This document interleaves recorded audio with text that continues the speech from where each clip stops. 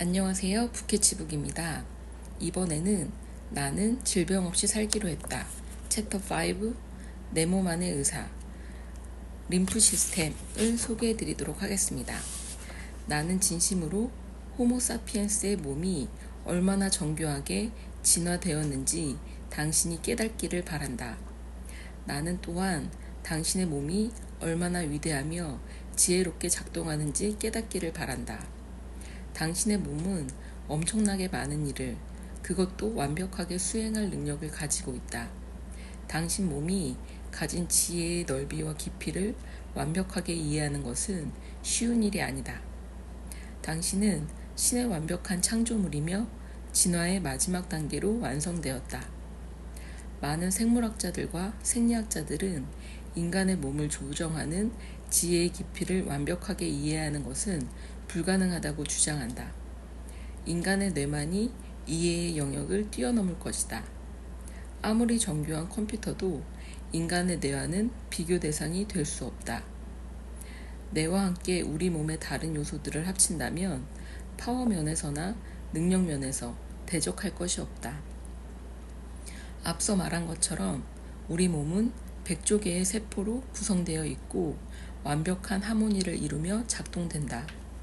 각각의 기관은 더 경이롭다. 5.6리터의 피가 심장의 펌프 작용을 통해서 혈관으로 보내지는데 총 길이만 해도 15만 킬로미터가 넘는다. 지구를 3바퀴 넘게 돌 수 있는 길이다. 우리의 소화기관은 음식을 영양분으로 바꾸어 혈관에 실어 나르게 한다. 항상 조화를 맞추어서 운행되며 몸속의 온도를 일정하게 유지해준다. 폐는 신선한 산소를 세포에 보내준다. 200여 개의 뼈와 600여 개의 근육은 당신이 원하는 곳으로 이동할 수 있도록 서로 협력한다. 귀는 즐거운 음악을 듣게 해주고 눈은 석양의 아름다움을 만끽하게 한다. 혀는 음식을 맛보는 즐거움을 주고 코는 장미의 향기를 맡게 해준다. 너무도 많은 기관들이 세밀하고도 자동적으로 작동해서 100년 가까이 당신을 위해 봉사한다. 인간의 몸은 왜 위대한가? 위의 열거와 모든 기능을 조정하고 지배하는 당신의 몸에는 에너지가 내재되어 있다. 그 에너지가 미량의 원형질을 현재 당신의 놀라운 몸으로 변형시켜 놓았다. 당신의 손가락이 베이면 그 에너지가 즉각 그 사실을 알아차린다. 이때 아무런 주저함도 없이 피가 응고되기 시작해서 딱지가 생긴다. 딱지를 방패막이로 삼아서 피부가 스스로 치료하는데 딱지가 자연적으로 떨어지면 저절로 피는 더 이상 나오지 않게 된다. 뼈에 금이 가서 골절이 생기면 무엇이 치료할까? 당신은 깁스를 해서 팔을 어깨에 매지 않아도 된다. 당신의 몸이 지혜의 힘으로 치료한다. 금이 간 뼈 양쪽에는 악교보다 강력한 물질이 숨어 있다. 그 물질이 양쪽 뼈를 하나로 다시 붙여서 부러지기 전보다 더 강하게 재생해낸다.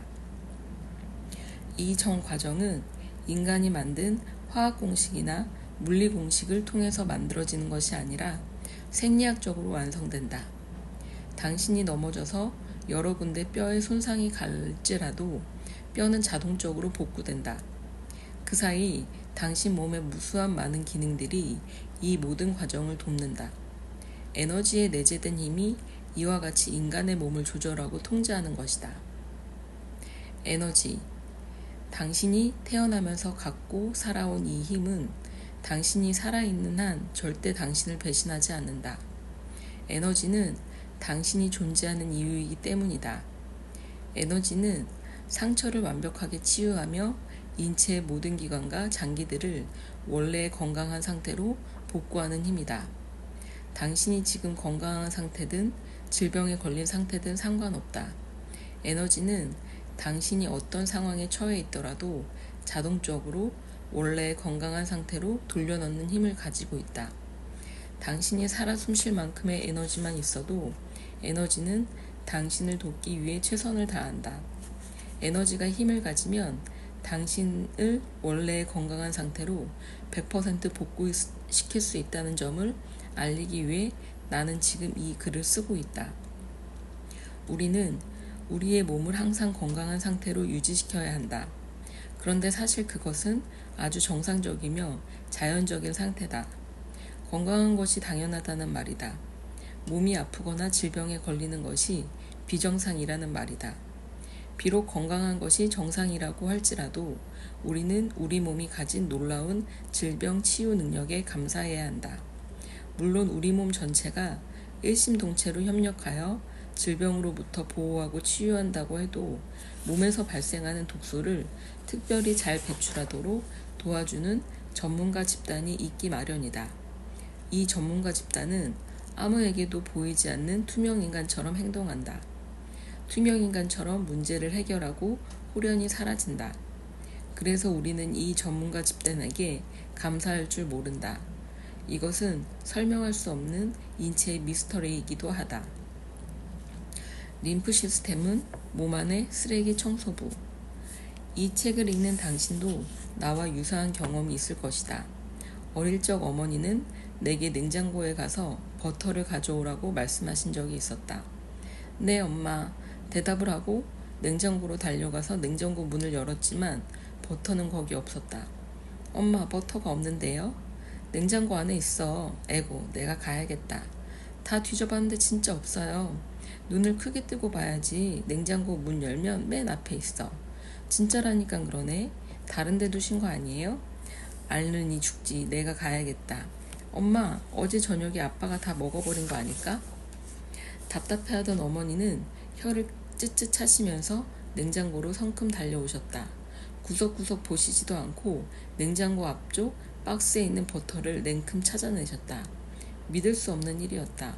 분명히 내가 구석구석 다 뒤져봐도 찾지 못했는데 말이다. 어머니는 그야말로 눈 깜짝할 새도 없이 찾아내신 것이다. 마치 마술사가 소매 속에서 비둘기를 꺼내듯이 어머니가 마술을 한 것이라고 착각할 정도였다. 그렇다면 우리 몸은 어떨까? 전능하신 신께서 만들어 놓으신 그 독소 배출 기관은 도대체 어디에 있을까? 설사 버터가 없었다고 하더라도 뭐 죽고 살 일은 아닐 것이다. 그러나 독소 배출 기관은 죽고 살 일이다. 이제 우리는 질문해야 한다. 신이시여, 그것이 무엇입니까? 도대체 그것이 무엇이길래 꽁꽁 숨겨두었습니까?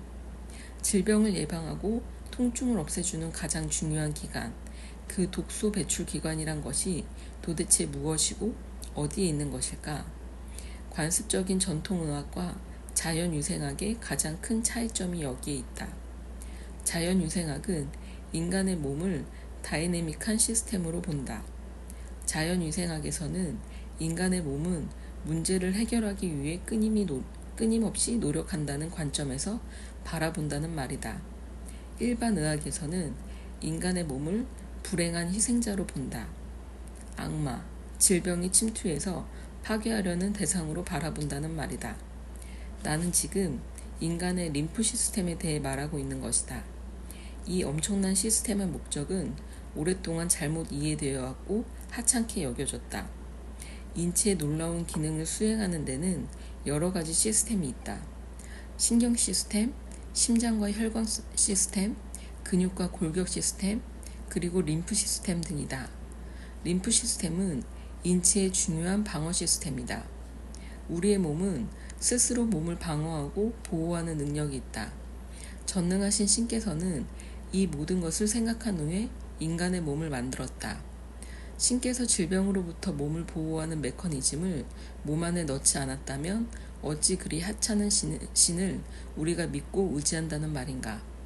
당신은 그런 엉터리 신을 제발 믿지 않기를 바란다. 이러한 방어 시스템을 우리는 면역 시스템이라고 부른다. 면역이라고 표현하면 좀 그럴듯해 보인다.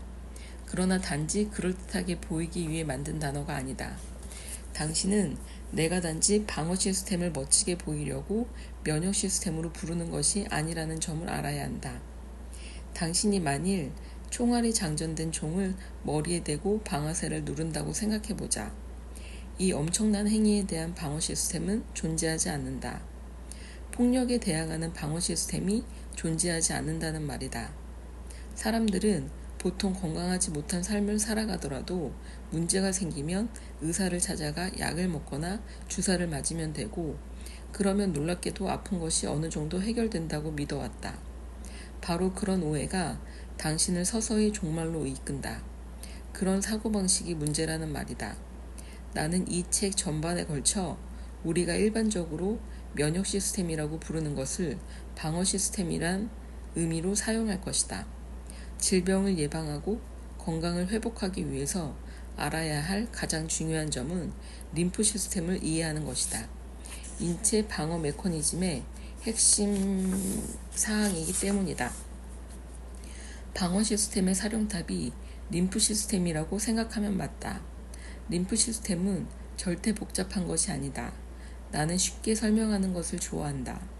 사기꾼은 말이 많고 복잡하게 말한다. 간단하게 말하겠다. 면역 시스템의 총사령관이 림프 시스템이다.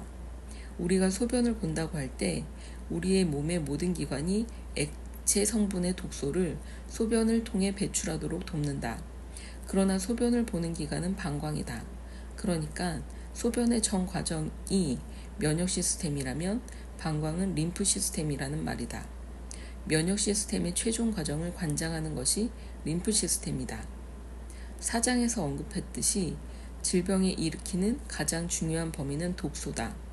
독소보다 더 중요한 질병의 원인은 없다. 그러나 범인을 잡아서 감옥에 집어넣는 형사도 있기 마련이다. 그 형사가 바로 림프 시스템이다. 따라서 질병을 이해하기 위해서는 반드시 독소와 함께 림프 시스템을 이해해야 한다. 독소가 인체 내부로 들어와서 몸 안에 쌓이면 어느 정도 몸에 타격을 준다. 조금씩 아프다가 심한 통증이 생길 수도 있고 장기간 적체될 경우 세포가 미쳐버릴 수도 있다. 그러나 독소의 잔여물이 인체 내부에 위험을 가하지 않을 정도로 제거되기만 하면 우리 몸은 원래 상태로 돌아온다. 질병에 걸릴 수가 없다는 말이다. 그렇다면 이처럼 독소를 밖으로 내보내는 메커니즘을 관장하는 최소한의 기관이 있어야만 한다는 것도 전혀 이상한 일이 아닐 것이다. 우리 몸에 이처럼 놀라운 일을 관장하는 기관이 있다는 것은 당연하면서도 참으로 다행스러운 일이다. 당신은 이 책을 읽기 전에 이런 생각까지는 안 해보았을 것이다. 그것은 마치 사과를 먹었는데 그것이 피가 되는 것과 같은 이치다. 당신은 한 번도 사과가 혈액으로 변한다는 생각을 못 해봤을 것이다. 그런 생각을 해보았다면 당신은 대단한 사람이다. 음식을 혈액으로 만드는 실험실을 관장하는 과학자는 세상 어디에도 없다. 그러나 우리의 몸은 이처럼 엄청난 일을 아무런 일도 아니라는 듯 태연하게 수행하고 있다. 음식을 혈액으로 바꾸는 놀라운 능력을 가진 우리의 몸에 독소를 배출하는 기관이 없다는 것은 상상할 수 없다. 그 림프 시스템에 대해 자세히 알아보자. 몇 년 전 뉴욕 위생국의 공무원들이 파업을 일으켜 쓰레기 청소를 거부한 일이 있었다. 파업이 얼마나 오래 지속되었는지는 기억할 수 없지만 뉴욕 시민에게 그 파업이 얼마나 끔찍한 일이었는지는 나는 똑똑히 기억하고 있다. 쓰레기가 담긴 큰 봉투 몇 개만 문 앞에 있어도 눈살이 찌푸려지기 마련인데 엄청난 분량의 쓰레기 더미가 사람들이 걷는 인도를 가로막고 있다고 상상해 보시라. 거기에다 음식물 찌꺼기가 봉투를 찢고 흘러내린다면 어떨까? 차도로 흘러내려 자동차가 깔아뭉개고 지나간다면 어떨까? 치과에 가서 스케일링 할 때 드르륵 하는 소리가 귀에 들리듯이 아찔하다. 매일 저녁마다 뉴스는 그 끔찍한 광경을 우리에게 보여주었다. 쓰레기 더미에 갇힌 뉴욕의 거리를 보여주었고 인상 찌푸린 뉴욕 시민들의 인터뷰를 들려주었다. 기한이 없는 파업이었다. 만일 파업이 멈추지 않는다면 뉴욕시가 문을 닫아야 할 판이었다. 내가 지금 무슨 얘기를 하고 있는지 짐작하시는가? 그렇다. 림프 시스템에 대해 말하고 있다. 우리 몸의 쓰레기 청소부 림프 시스템 말이다. 그러나 우리의 림프 시스템은 어떤 상황에서도 파업을 하지 않는다. 너무도 다행이지 않은가? 하루 24시간 계속해서 몸의 내부를 청소하고 원래 상태로 복구시키는 일은 그리 쉬운 일은 아니다. 나는 지금 어느 학회의 세미나에서 석학들을 상대로 현학적인 논문을 발표하는 것이 아니다. 기업의 많은 연구비를 받아서 그 기업의 마케팅 욕구를 만족시키려는 허접한 논문을 발표하고 있는 것이 아니다. 나는 진실, 그러니까 우리 몸의 위대함에 대해서 당신에게 설명하고 있다.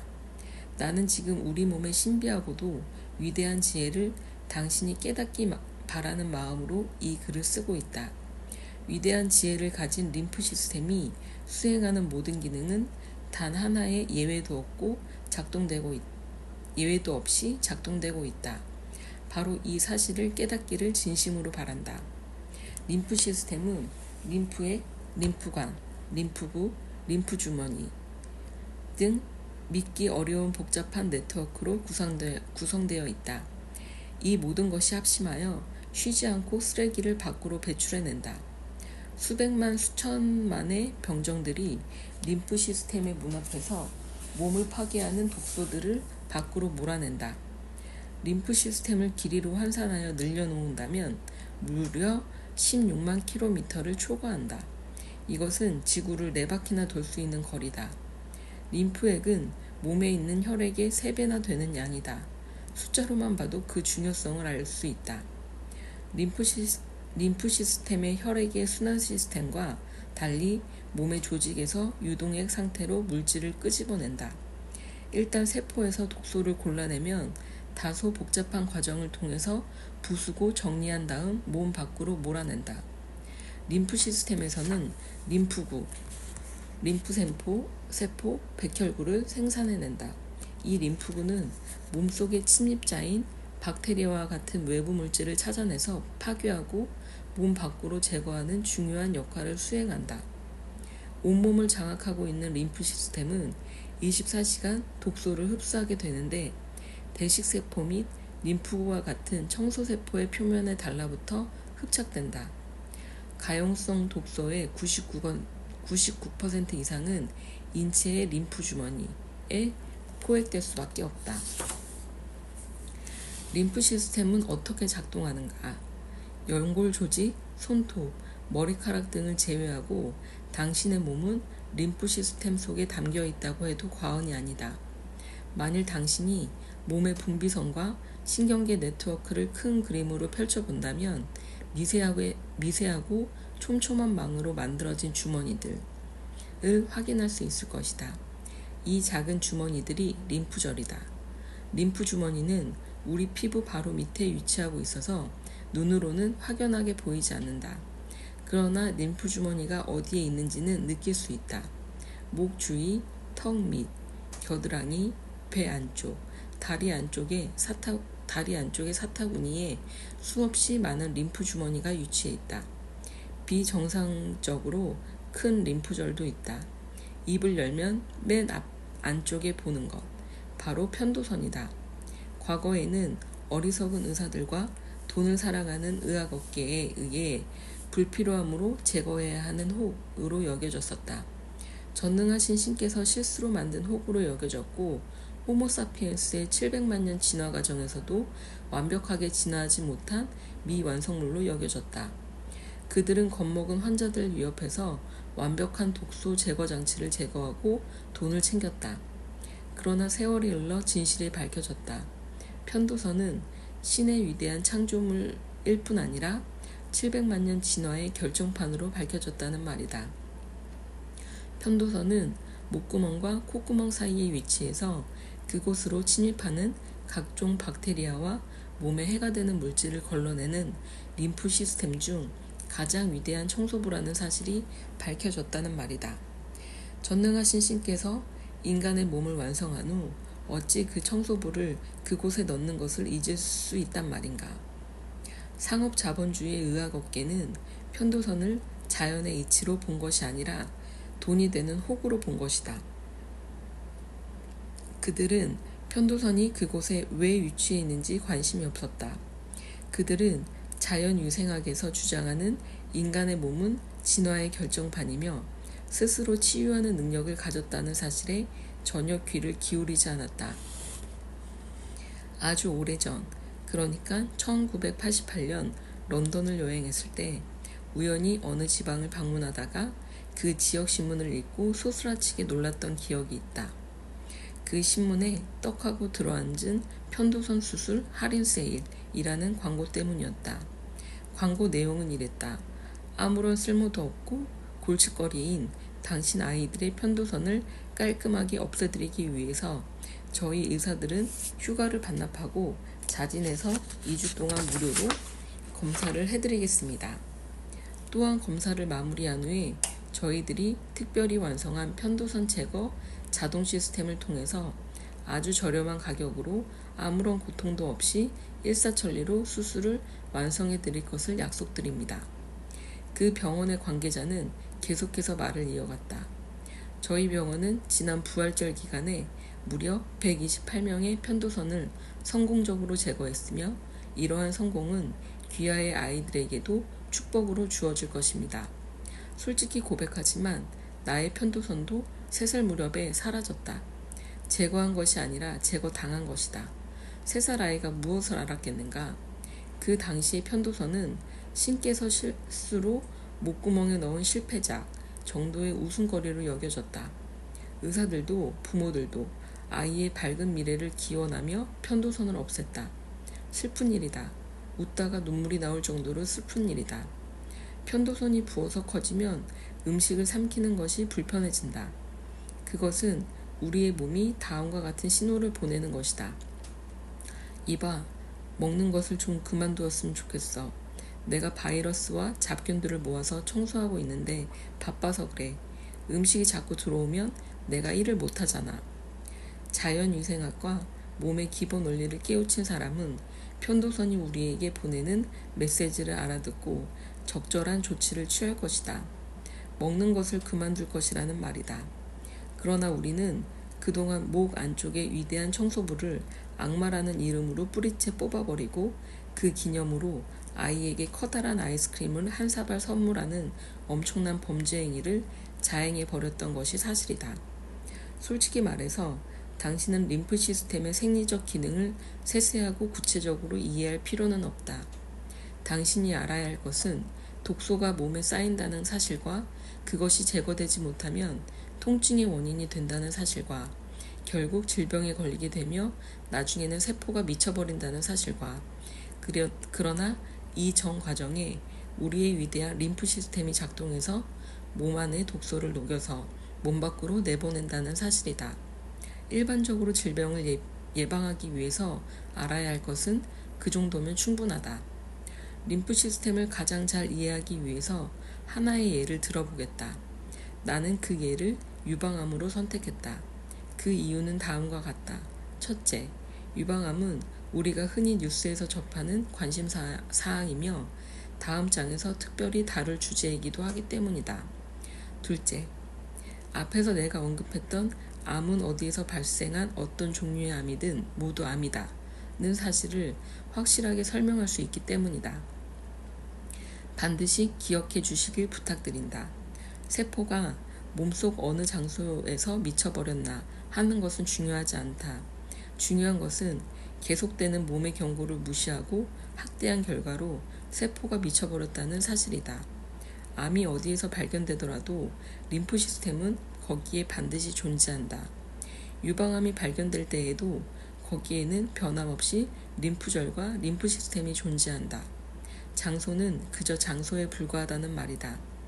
암은 그저 하나의 단어라는 점을 잊지 말길 바란다. 부탁하건대 암을 지나치게 무서워하지 말길 바란다. 우리는 암을 흑사병처럼 공포스럽게 여길 수도 있고 그저 지나가는 감기찜으로 의미를 희석시킬 수도 있다. 당신이 이 책을 서점이나 인터넷에서 돈을 주고 구입해서 여기까지 읽었다는 것은 다른 사람과 달리 생각하는 진실된 사람이라는 증거다. 따라서 이제 당신은 암이라는 것이 그동안 당신이 생각해 온 것과 다른 의미를 가졌다는 식의 사고의 전환이 필요하다. 암이 나도 몰래 우연히 생겨서 몸을 망치는 악마라고 생각하면 안 된다는 말이다. 당신은 몸의 반응에 귀를 기울이지 않았던 당신의 생활 습관을 탓해야 한다. 수십 년 동안 여러 단계에 걸쳐 당신에게 알려준 몸의 경고음을 무시한 결과라는 점을 인정해야 한다는 말이다. 몸 안에 있는 세포들이 자가 치료를 하느라 아플 테니 조금만 참아달라고 부탁하는데도 불구하고 비상벨 스위치를 가위로 싹둑 자르고 쿨쿨 잠을 잤던 당신의 책임을 인정해야 한다는 말이다. 당신의 몸 어디가 부었다는 것은 지금 그곳에서 독소를 내보내기 위해 치열하게 싸우고 있다는 증거다. 그러니까 작든 크든 약간의 덩어리나 멍울 같은 것이 생겼다면 그것은 림프 주머니가 부어있는 상태다. 그 피부 밑에서 림프와 독소들이 치열한 싸움을 벌이고 있다는 증거다. 너무 많은 독소들이 다른 곳으로 돌아다니면서 깡패짓거리를 못하도록 림프 주머니에 모아놓고 하나씩 제거 중이라는 명백한 증거다. 당신은 몸 어디가 좀 부었다고 해도 전혀 두려워할 필요가 없다. 그것은 림프 시스템의 자연스러운 치유 현상이기 때문이다. 당신이 전혀 알지 못하는 상태에서도 부어오른 림프 주머니는 끊임없이 커졌다 작아졌다를 반복하기 때문이다. 어쩌다 하나가 발견되었다고 해도 깜짝 놀라 돈다발을 들고 가서 의사의 뒷주머니에 꽂아줄 필요가 없다는 말이다. 오히려 감사해야 할 일이다. 지금 당신의 몸이 스스로 지혜와 능력을 발휘해서 독소의 무리를 림프 주머니에 가둬두고 하나도 남지 않을 때까지 몸 밖으로 제거하고 있기 때문이다. 몸이 그 능력을 가졌다는 점을 보여주고 있기 때문이다. 그 에너지를 가지고 있기 때문이다.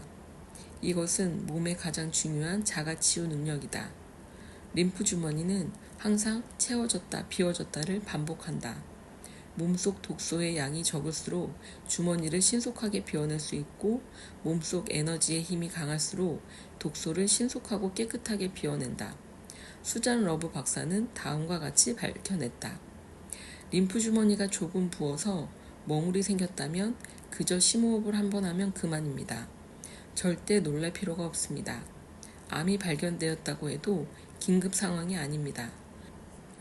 멍울이 생겼다면 더더욱 긴급 상황이 아닙니다. 모든 암에는 어린 새싹과 같은 멍울이 12개 정도 있을 뿐입니다.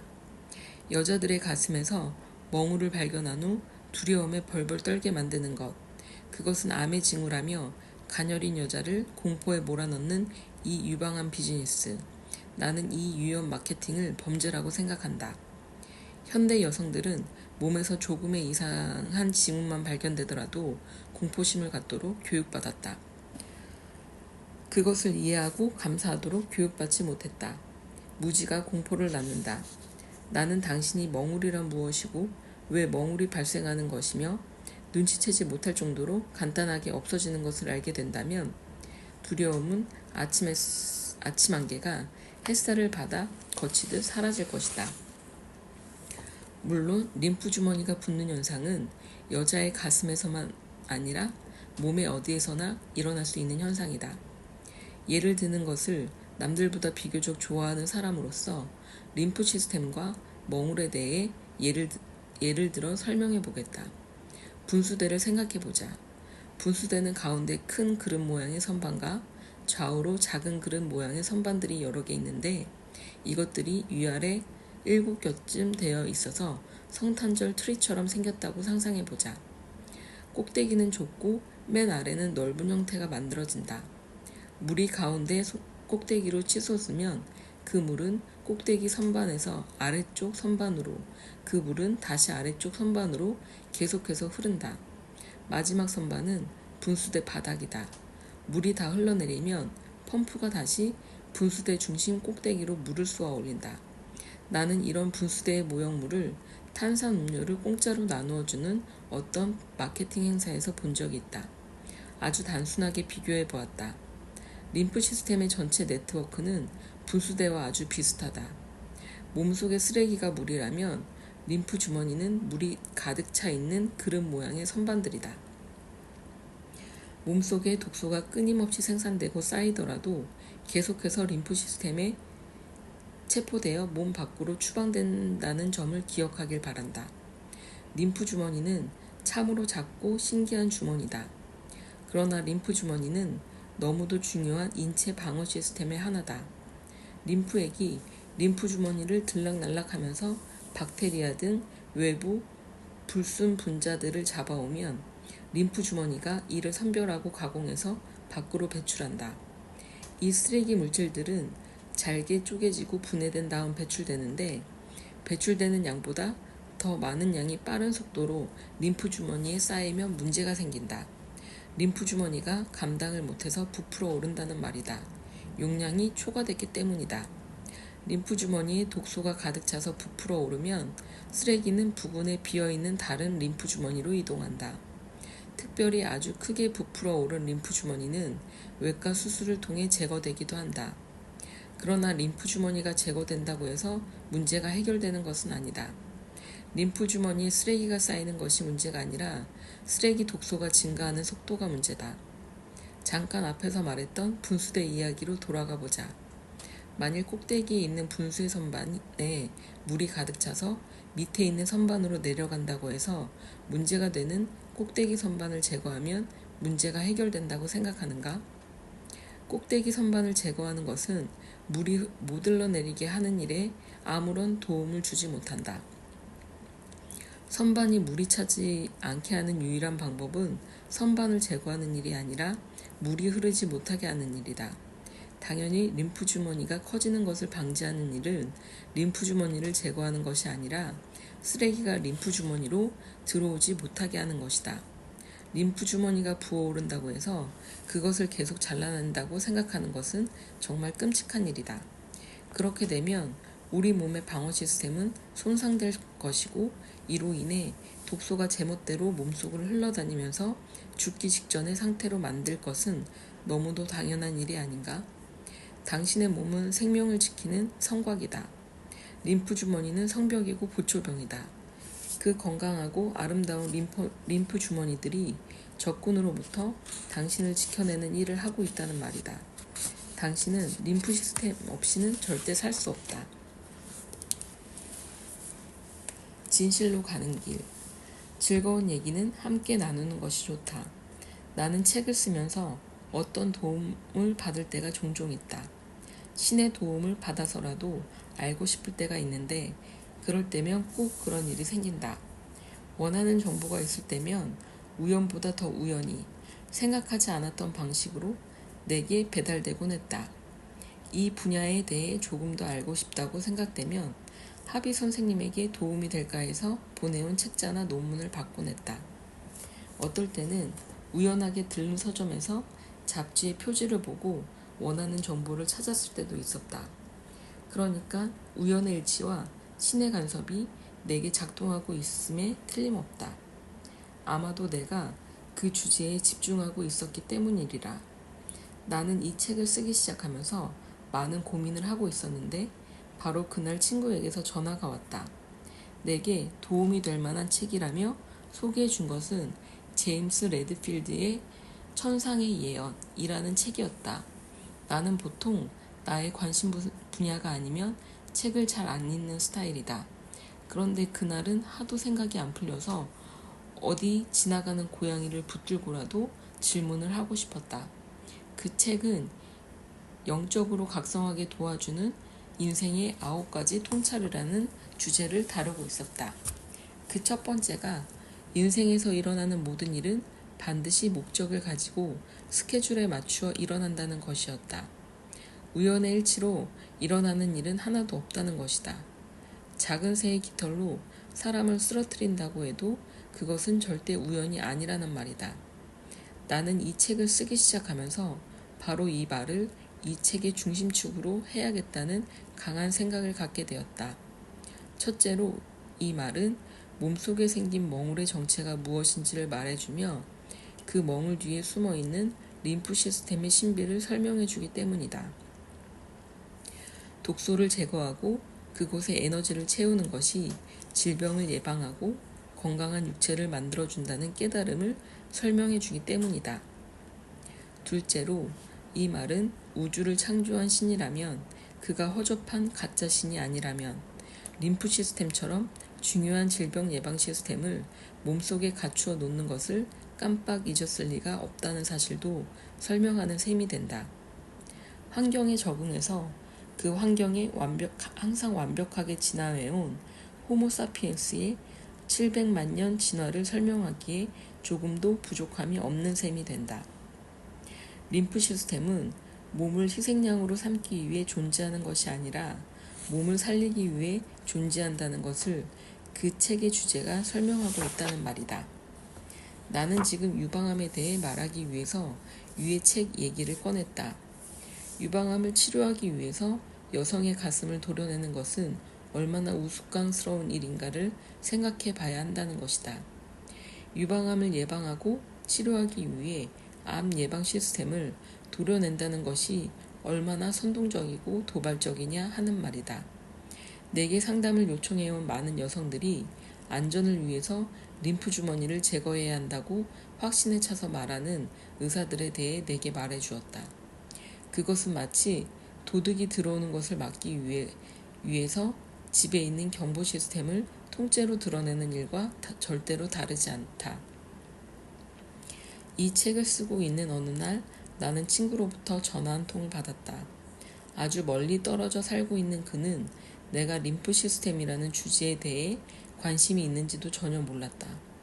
내가 이 주제에 대해 책을 쓰고 있다고 말하자 내 말이 끝나기가 무섭게 책 한 권을 소개했다.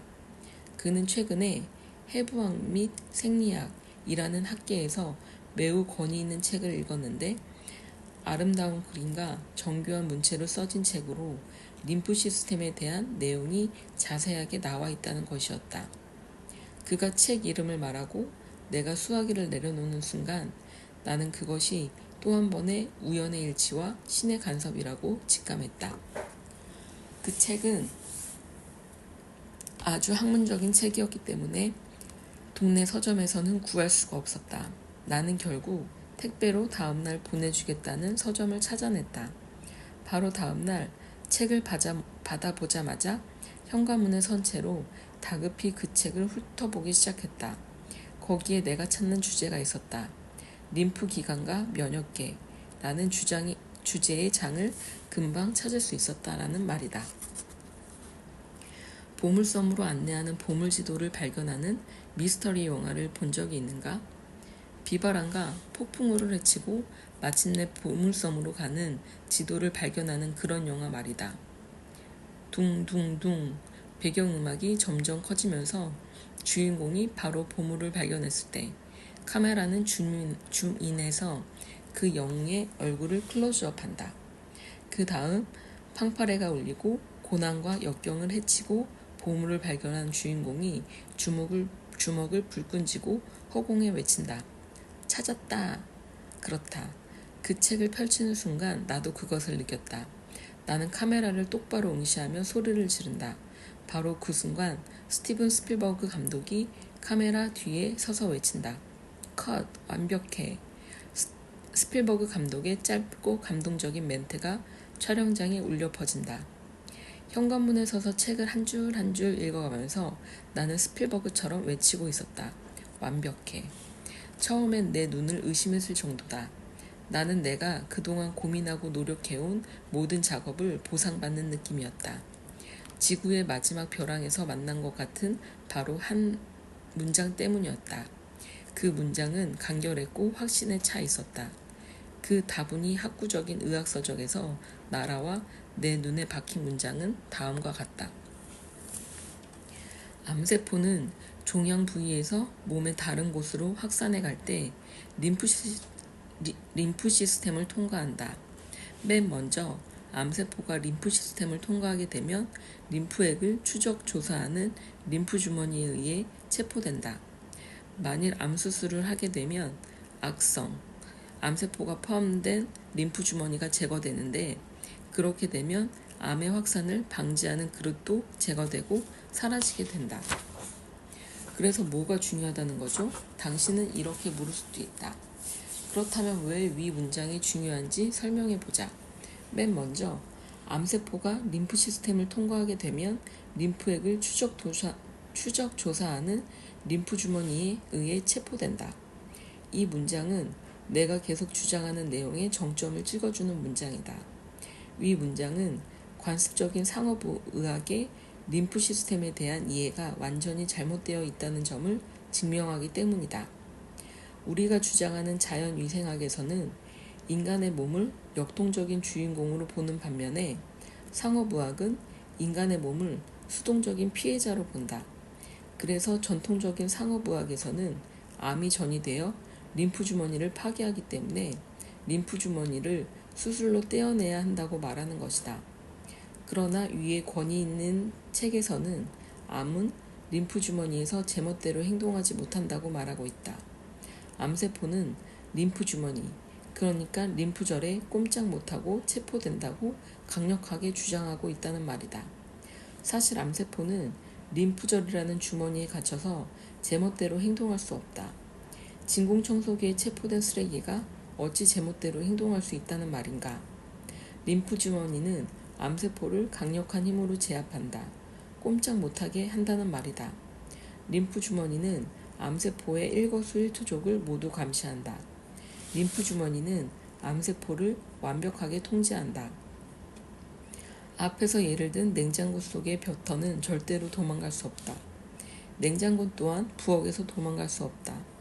그것은 마치 태양이 지구 주위를 도는 것처럼 보인다고 해서 태양은 지구 주위를 빙빙 돈다고 주장하는 것과 같다. 진실을 부정하는 것과 같다는 말이다. 이제 우리는 사실을 알게 되었다. 지구가 태양 주위를 돈다는 사실을 알게 되었다.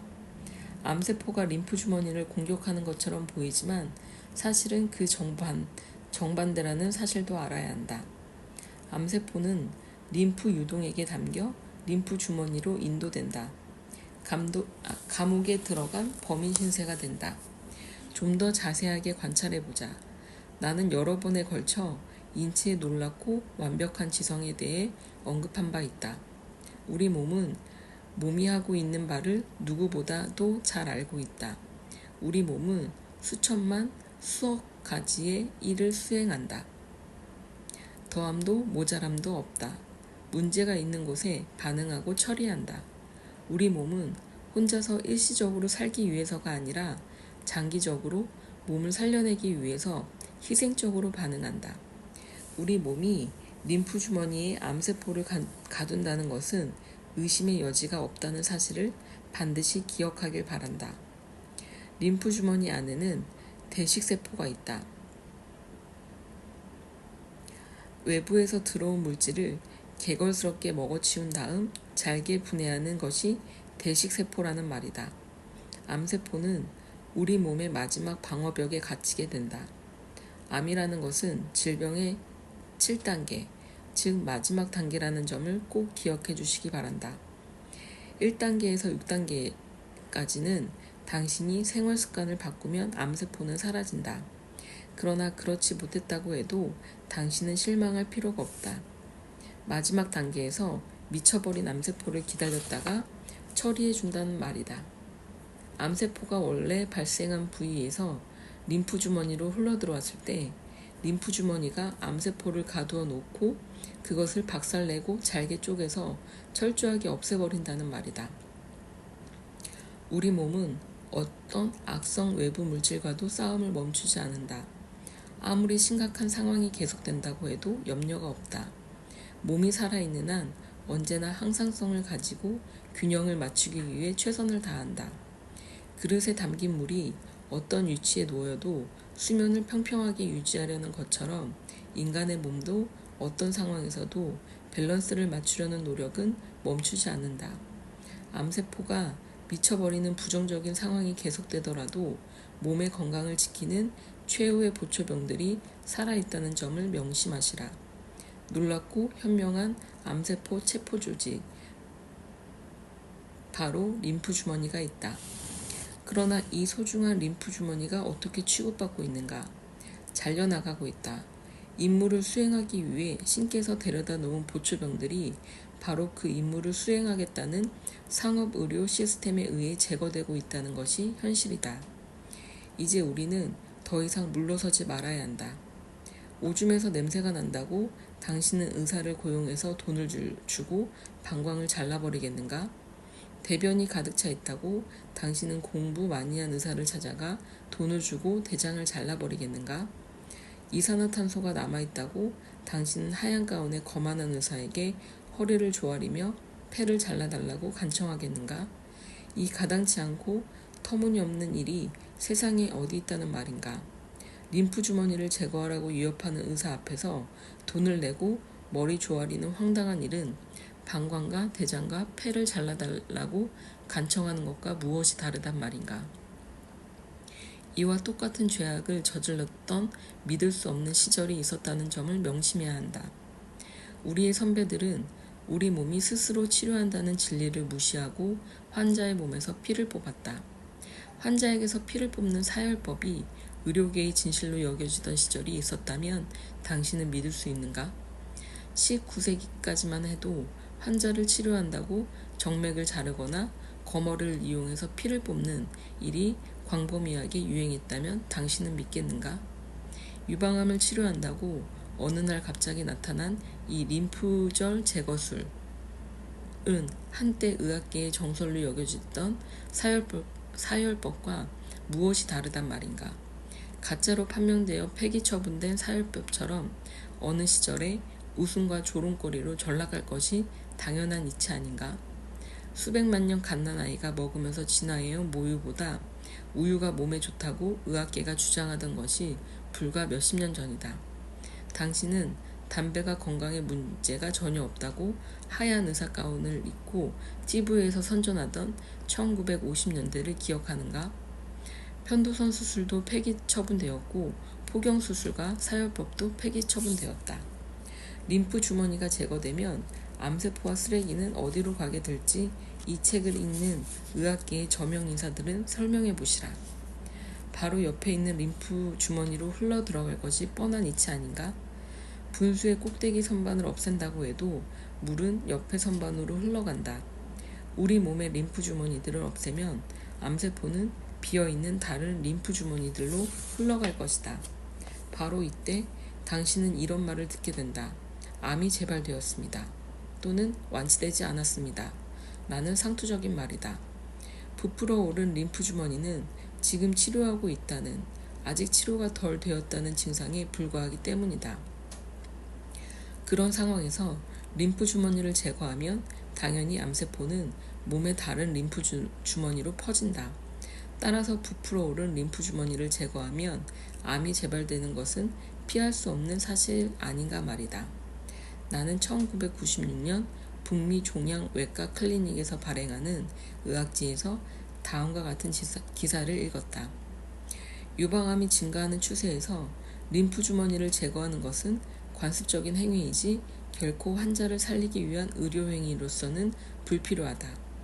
많은 여성들이 평생을 감각이 없는 가슴을 가지고 참아내며 살아가는 것은 불필요하다. 또한 무분별하게 림프 주머니를 제거하는 것은 감염의 위험을 증대시킨다. 림프 주머니에 있는 암이 림프 유동액에 실려 다른 세포나 장기로 전이된다고 여겨지던 때도 있었다.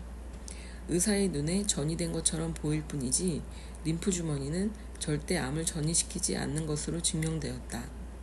따라서 아무리 확산 속도가 빠른 암일지라도 림프 주머니를 제거하는 것은 금지되어야 한다. 따라서 림프절 제거술을 통한 부작용과 장애로부터 많은 여성들을 구출해야 한다.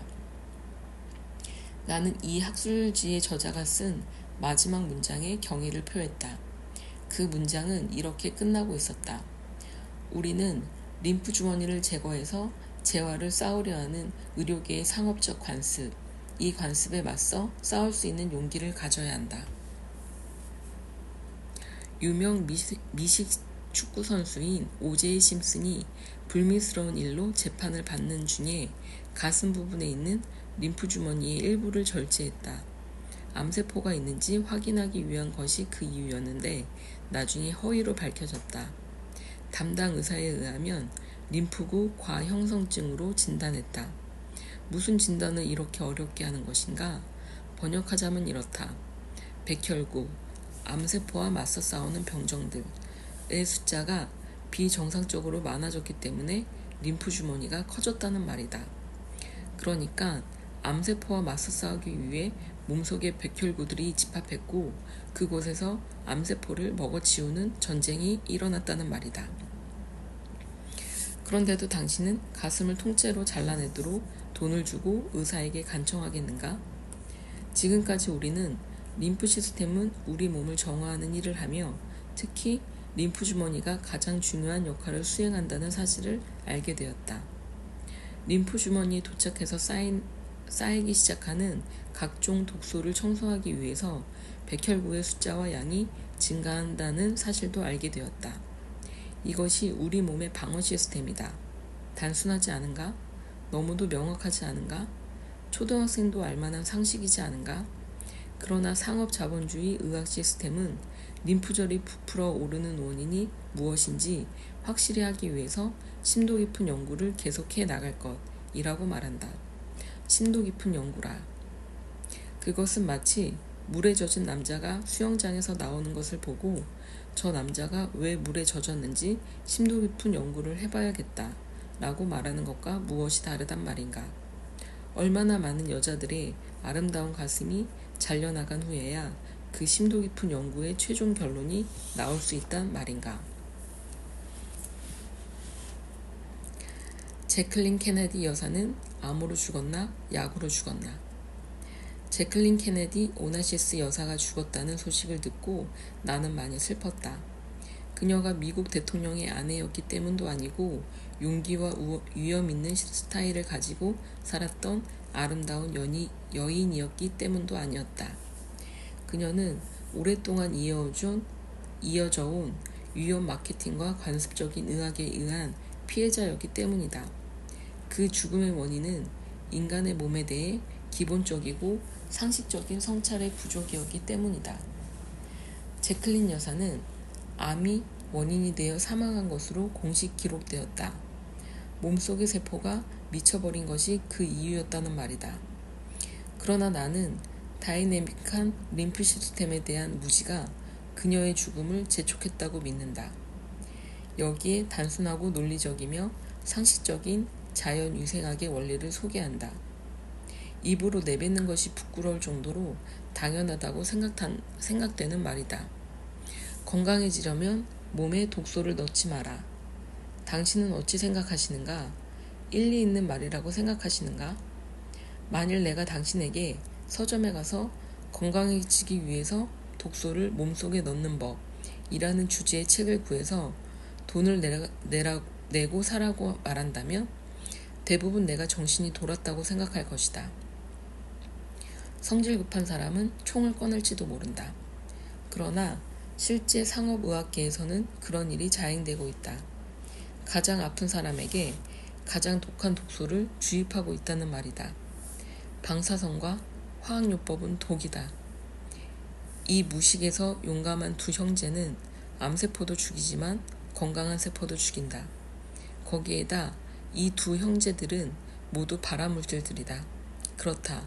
암을 치료하는 행위가 암을 유발한다는 말이다. 1980년대로 거슬러 올라가 보자.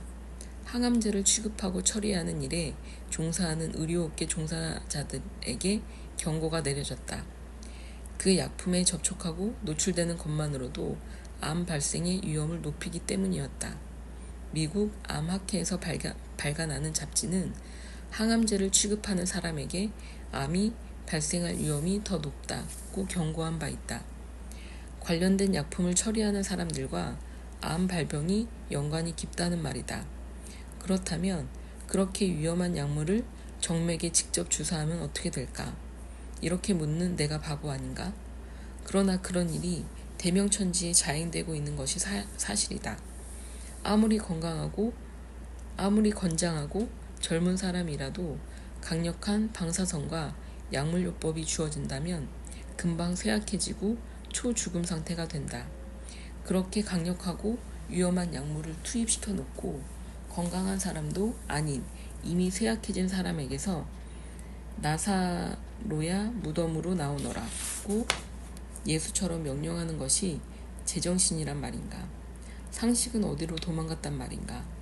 건강한 사람을 아프게 만드는 행위는 아픈 사람을 더 아프게 만드는 행위임을 당연하지 않은가? 그것이 상식 아닌가? 어떻게 그런 일이 가능한 것일까? 제클린 여사에게 처방된 암 치료 기사를 읽으면서 나는 깊은 슬픔에 빠질 수밖에 없었다.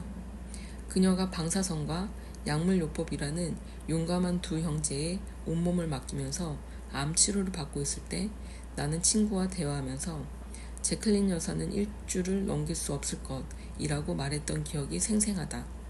그녀는 친구와 대화를 나누던 그 다음날 바로 사망했다. 제클린 여사는 림프종에 걸렸다. 여기에서 종, 즉 오마는 종양을 뜻한다. 림프 시스템의 종양이 발견되었다는 말이다. 그녀의 림프 주머니에서 암세포가 발견되었던 것이다. 의심할 여지 없다. 몇 년 동안 그녀의 몸속에서 독소들이 떠돌아다니다가 림프 주머니에 체포되었던 것이다. 만일 독소가 가슴 쪽에 영향을 끼쳤다면 유방암이라는 판정을 받았을 것이다. 보통 림프 주머니에 암 진단이 내려지면 림프종이라고 불린다. 사실 여성의 가슴에서 발견된 종양은 그냥 가볍게 림프종이라고 불리는 것이 맞다. 신문기사는 제클린 여사의 암이 림프 시스템을 공격했고 종양이 림프 주머니와 림프 채널이 있는 곳에서 발생했다고 발표했다. 1993년 12월에 그녀는 오른쪽 사타구니가 부어올랐다는 진단을 받은 적이 있었다. 의사는 림프 주머니가 부어오른 것으로 진단했다. 몇 주 후에 그녀는 기침과 함께 목에 있는 림프 주머니가 부어올랐고 복부 통증을 호소했다. 그녀는 의사를 찾아갔고 의사는 목과 겨드랑이 쪽에 림프 주머니가 커져 있는 것을 발견했다. CT 촬영 결과 복부 안쪽과 가슴 쪽에 림프 주머니가 부어올랐다는 사실을 확인했다. 인간의 몸은 역동성을 가지고 자가 치료를 하며 림프 시스템이 거기에서 가장 중요한 역할을 한다는 것이 자연유생학의 관점이다. 이보다 더 명확할 수는 없다. 제클린 여사가 했어야 할 일은 빠른 시간에 몸속의 독소와 쓰레기를 몸 밖으로 빼내는 것이었다. 암세포가 림프 주머니에 체포되었다는 것을 깨달아야 했다. 암세포가 다른 곳으로 도망가지 못하게 주머니에 꽁꽁 싸매고 제거하려는 시도를 한다는 사실을 알았어야 했다. 그러나 관습에 갇혀있는 상업의료 시스템은 림프 주머니를 희생자로 보았다. 암세포에 의해 공격을 당하는 불쌍한 희생자 말이다. 그녀는 결국 상업의료 시스템에 몸을 맡겼다.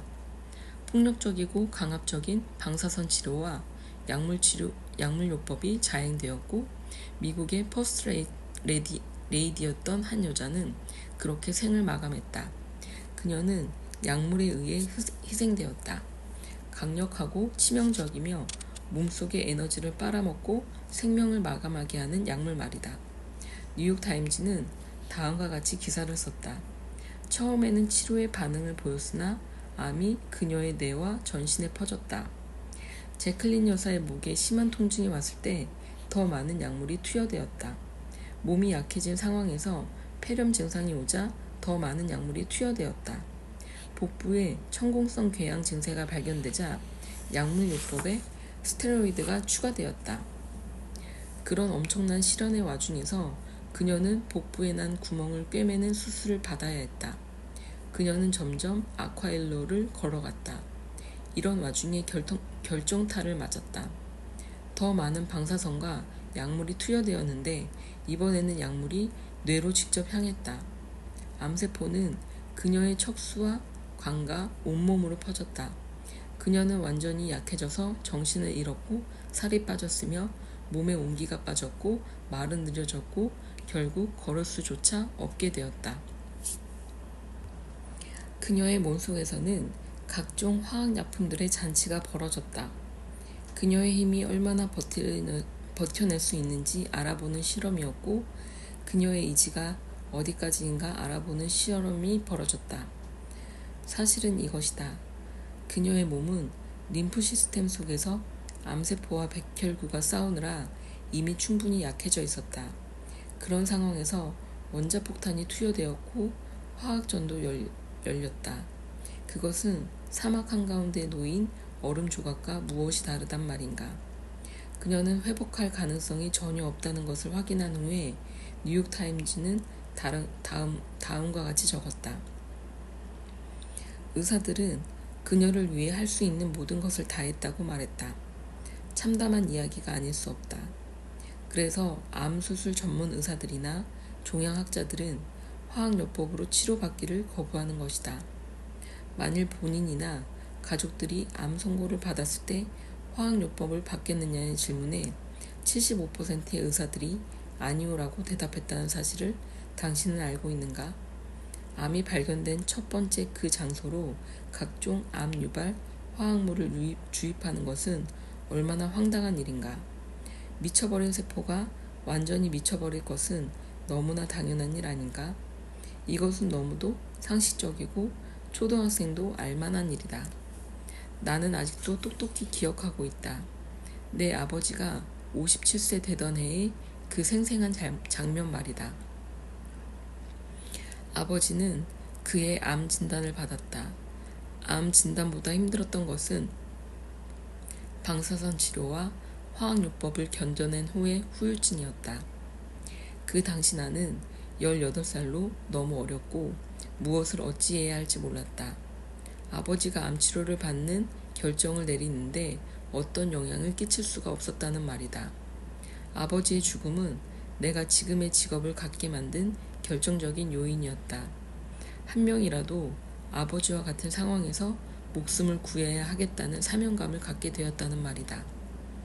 제클린 여사가 사망하고 난 며칠 후에 뉴욕타임즈에 나를 분노케 하는 기사가 실렸다. 기사의 제목은 이랬다. 미국에서 림프 종양이 급증하고 있지만 원인은 밝혀지지 않고 있다. 기사 본문은 제목의 내용을 되풀이했다. 아무도 그 이유를 알 수 없고 전문가들과 의사들도 림프 종양을 희미하게만 이해하고 있을 뿐이다. 나는 과학자들과 의사들이 모른다고 말할 때마다 놀라운 느낌을 지울 수 없다.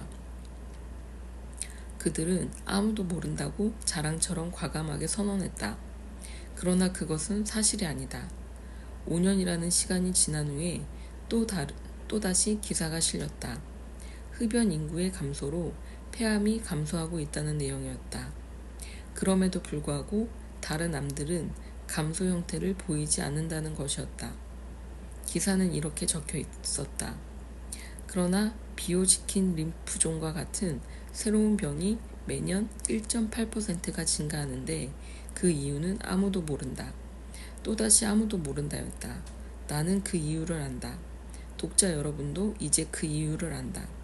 나는 의학 공부를 하지 않았지만 많은 의사들을 알고 있다. 그들은 아무도 모른다는 사실에 위협을 느끼지 않는 의사들이다. 말하자면 양심 의사들이다. 나는 돈을 포기하고 관습적인 상업 의료 시스템적 사고에 맞서는 그들이 고마웠다. 나와 수십 년 동안 교류해온 아주 친한 의사 친구는 세포가 미쳐버리는 것을 예방하는 방법에 대해 어떻게 설명하는 것이 좋은지 내게 물었다. 나는 그에게 림프 시스템에 대한 이해가 관건이라고 말했다. 림프 시스템이 어떻게 작동하는지 먼저 이해하고 종양을 예방하기 위해서 독소를 청소하는 법에 초점을 맞춰야 한다고 말했다. 림프 시스템은 어떻게 작동하는가에 대한 자연위생학의 관점을 설명했다. 나는 그에게 솔직하게 물었다. 당신을 포함해서 12년 동안 의학 공부를 한 사람들이 질병을 예방하는 림프 시스템의 중요한 역할을 배우지 못했는가? 라고 물었다. 그는 잠시 골똘히 생각한 후에 이봐 하비 박사, 나도 그 이유를 모르지만 그것 때문에 고민해 본 적은 없다네. 우리도 림프 시스템에 대해 기계적으로 습득할 뿐 그것을 실제 적용하지는 않는다네. 그것이 의도되었든 의도되지 않았든 엄청난 실수가 미쳐버린 세포를 예방하는 방법에 대해 아무도 모른다고 대답하는 이유일 것이다. 나는 당신에게 말한다. 걱정하지 마시라. 독소를 청소하고 그곳에 에너지를 채워넣으면 된다. 그러기 위해서는 림프 시스템을 충분히 이해하고 그것을 존중해야 한다. 그것을 기본으로 해서 행동하면 건강을 되찾을 수 있을 뿐 아니라 다시는 질병으로 고통받지 않을 수 있다.